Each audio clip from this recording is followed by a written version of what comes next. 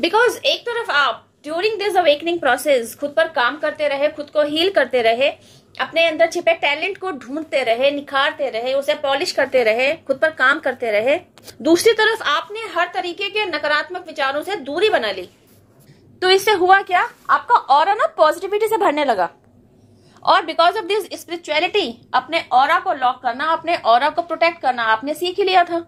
तो अब हो क्या रहा था, आपके हेटर्स, आपसे जेलस रखने वाले सो कॉल्ड अपने लोग, जो कुछ भी नेगेटिविटी आपकी तरफ प्रोजेक्ट करते ना, वह तुरंत वापस उनकी तरफ डिवाइन की हेल्प की वजह से बैक अवे कर दी जाती।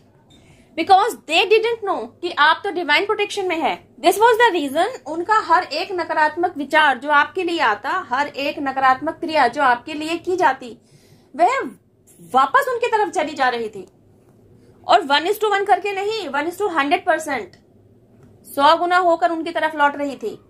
Because you were facing isolation period, तो वैसे भी हर तरफ से आपकी लाइफ में अलगाव ही आ रखा था।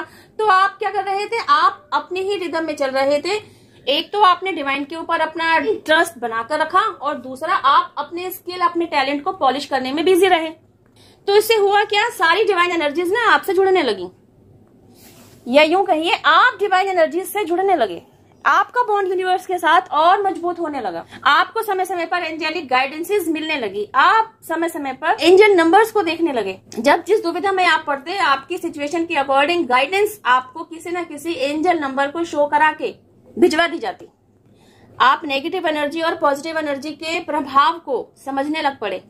जब जब आपकी एनर्जी की बैटरी डिप्लीट होती, आप और 10 गुना बढ़कर खुद पर काम करने लगते। अपनी एनर्जी की बैटरी को वापस से आप अपलिफ्ट करते।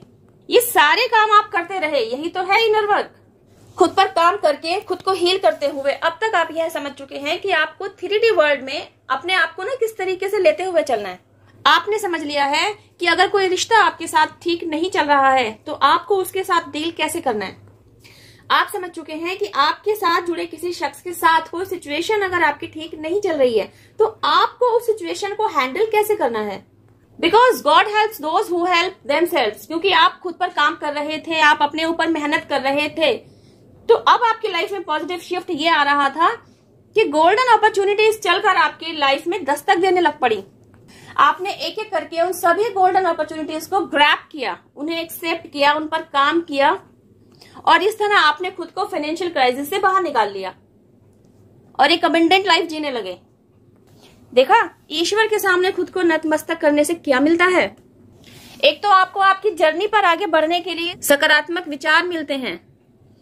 अपनी जर्नी पर आगे बढ़ते रहने के लिए आपको स्ट्रेंथ मिलती है, आपकी विल पावर स्ट्रॉन्ग की जाती है। जिस भी किसी हर्डल्स और ऑब्स्टिकल्स को आप फेस कर रहे होते हैं, उनके साथ डील करने की स्ट्रेंथ आपके पास पहुंचाई जाती है, उनसे पार पाने की समझ बुद्धि आपके पास पहुंचाई जाती है। यही तो वे दोनों चीजें थी जो आपके पास पहले नहीं थी, या यूं कहिए थी।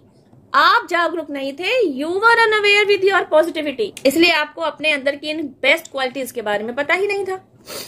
तो सबसे अलगाव हो जाने की वजह से ना अब आपकी खुद की पॉजिटिव एनर्जी का फायदा आप उठाने लग पड़े थे, इसलिए सक्सेस और ग्रोथ आपकी लाइफ में आई।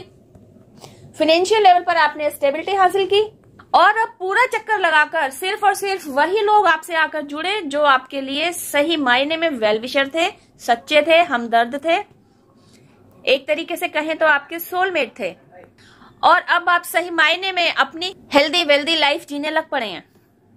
इस वीडियो में बस इतना ही। अब मैं आपसे मिलती हूँ मेरी नेक्स्ट वीडियो में। टिल देन हैव पेशेंस, रब्बा खैर, जय माता दी, take care, bye, stay blessed.